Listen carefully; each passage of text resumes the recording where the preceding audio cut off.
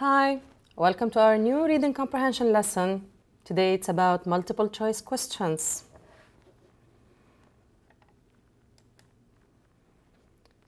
We'll go through a reading strategy that will help us answer this kind of questions. We'll have a look at MC questions.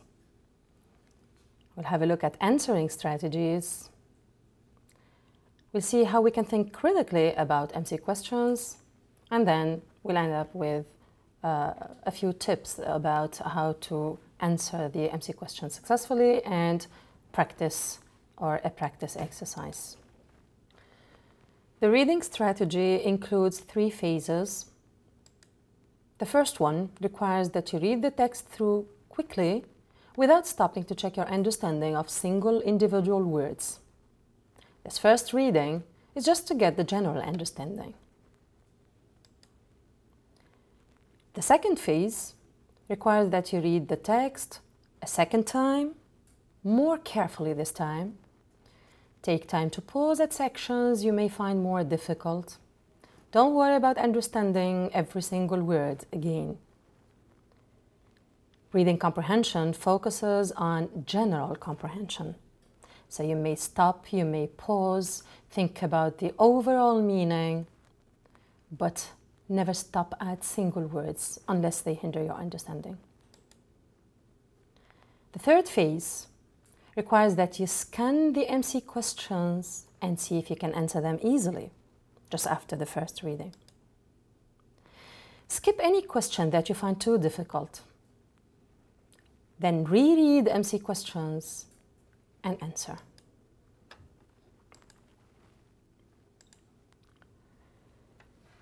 The multiple choice questions usually include a phrase or a stem followed by 3 or 4 options. What you need to do is to cover the options, read the stem, and try to answer. Select the option that most closely matches your answer, the answer you thought of while covering the options. Then read the stem with each option. Treat each option as a true or false question and choose the most true.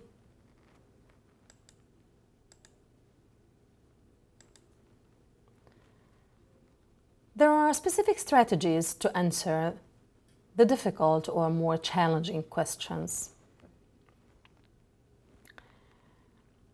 Basically, the first strategy includes eliminating options you know to be incorrect. If allowed, mark words or alternatives in questions that eliminate the option. Then, check that the other possible answers are not specifically referred to in the text.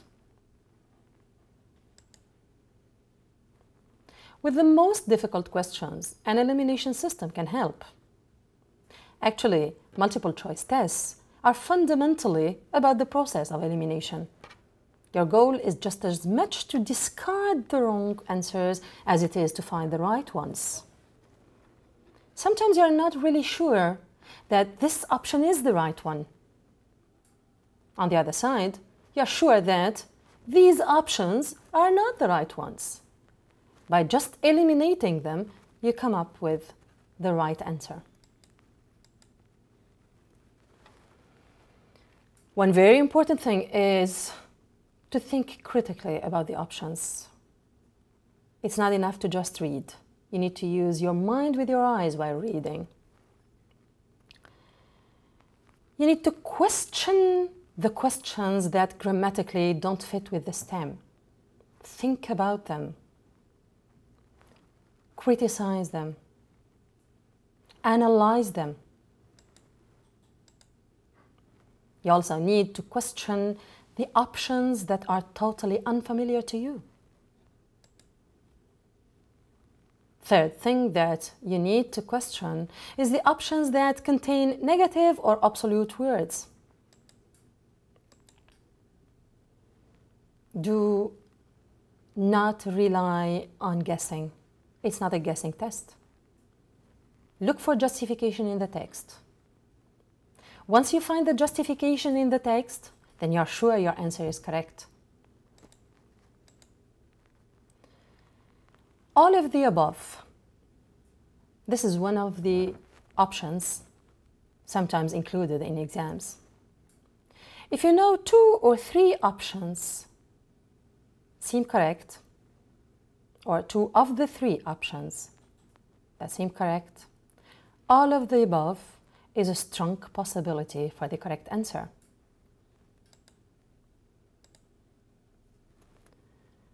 You need to give each option of a question the true or false test.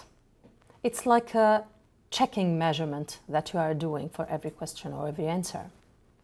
This may reduce your selection to the best answer.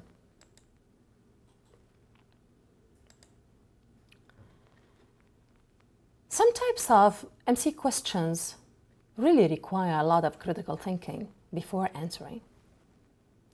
These are some examples.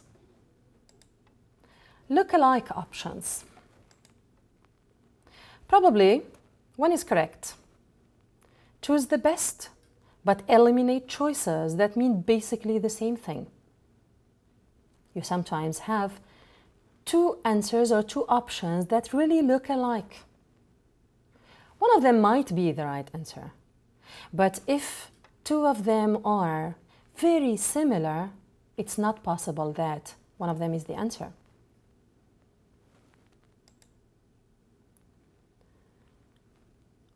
When 2 options seem correct, compare them for differences.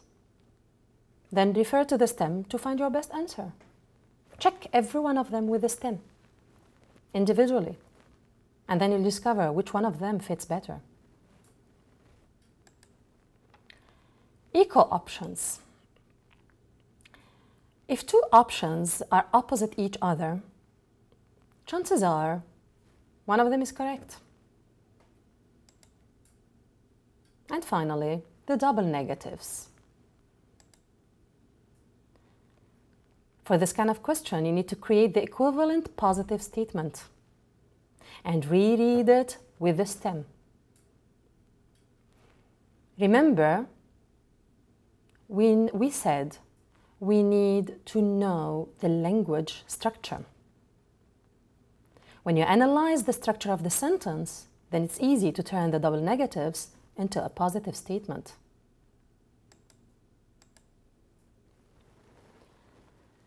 Now we come to a few tips that help you pass the multiple choice reading test.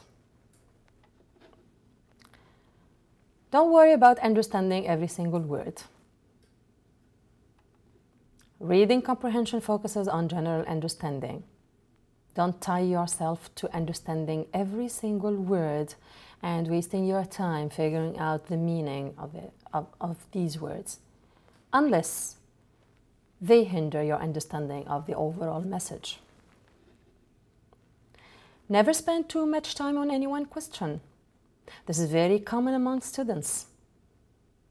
Don't get stuck at one of the questions.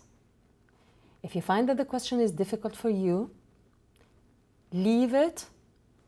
Do the other questions that are more manageable for you, and then come back to it at the end.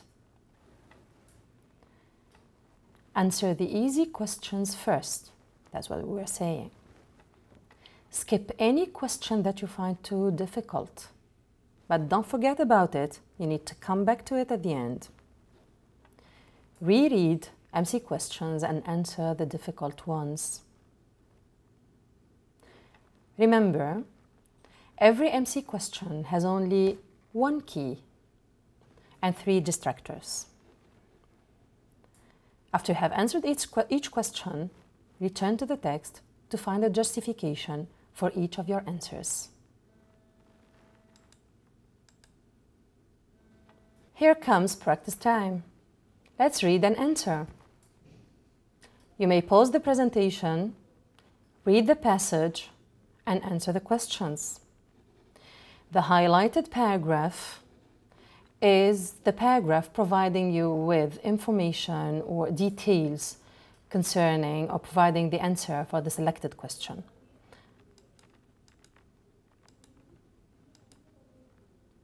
Here are 9 MC questions covering different details in the passage. We've selected question number 6 as a sample. Here is the sample question we've selected for you. Question 6. According to the author, one advantage that rooftop gardens have over parks is that they decrease the urban heat island effect. B. Replenish the air with nourishing oxygen. C. Do not require the use of valuable urban land. And D. They are less expensive than traditional parks.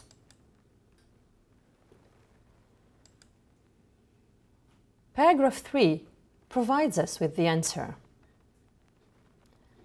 It says, unfortunately, many cities cannot easily create more parks because most land is already being used for buildings, roads, parking lots, and other essential parts of the urban environment. However, cities could benefit from many of the positive effects of parks by encouraging citizens to create another type of green space, rooftop gardens. While most people would not think of starting a garden on their roof, human beings have been planting gardens on their rooftops for thousands of years. Some rooftop gardens are very complex and require complicated engineering, but others are simple container gardens that anyone can create with the investment of a few $100s and a few hours of work.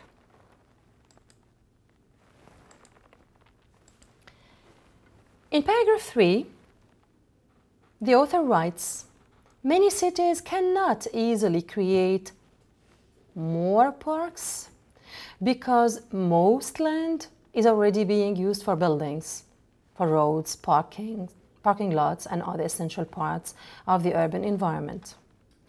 However, cities could benefit from many of the positive effects of parks by encouraging citizens to create another type of green space, that is, rooftop gardens.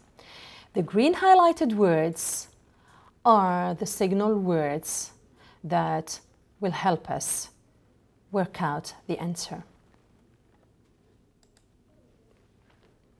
In these sentences, the author contrasts parks, the use of however. So the author contrasts parks, which require the use of valuable land, with rooftop gardens, which do not require any new land. Instead, rooftop gardens can be built on top of existing buildings. Therefore, C is correct. Both parks and rooftop gardens decrease the urban heat island effect and replenish the nourishing oxygen in the air. So these are not advantages of rooftop gardens over parks. They share this feature. Therefore, A and B are incorrect. The author does not state whether parks or rooftop gardens are more expensive. So D is incorrect. However, most land, more parks, many of the positive effects, these green highlighted words, are the grammatical clues that helped us find out about the answer. That's it for today's lesson. I hope you can go back to the strategies, read them well, study them well, understand them well, and then pass to practice. The sample question we've used here is not enough to make you answer your MC tests in a better way. This is just an example to help you understand the strategy, to help you see the strategy clearly. You will need to use the strategy to answer the 9 questions that follow the suggested passage. When going back to the passage, take your time to read it carefully, and then take your time to read the questions and to think about all the strategies presented. By doing this, you won't miss any answer. Remember, you need to scan the text for the first reading without focusing on every single individual word. You need to make a second reading, a more careful and thoughtful reading, still without thinking about every single word, unless they stop you from understanding the message. You need to go through the different phases suggested. You need to scan the MC questions before starting to answer as well, to get an idea about what's required from you, and to check whether you are able to answer the easy questions. Then you can go back to the more difficult questions to end up with the most difficult ones. Make sure that no question will be difficult for you. It's all manageable if you use the strategies. Good luck. Thank you for your attention, and see you in the next lesson.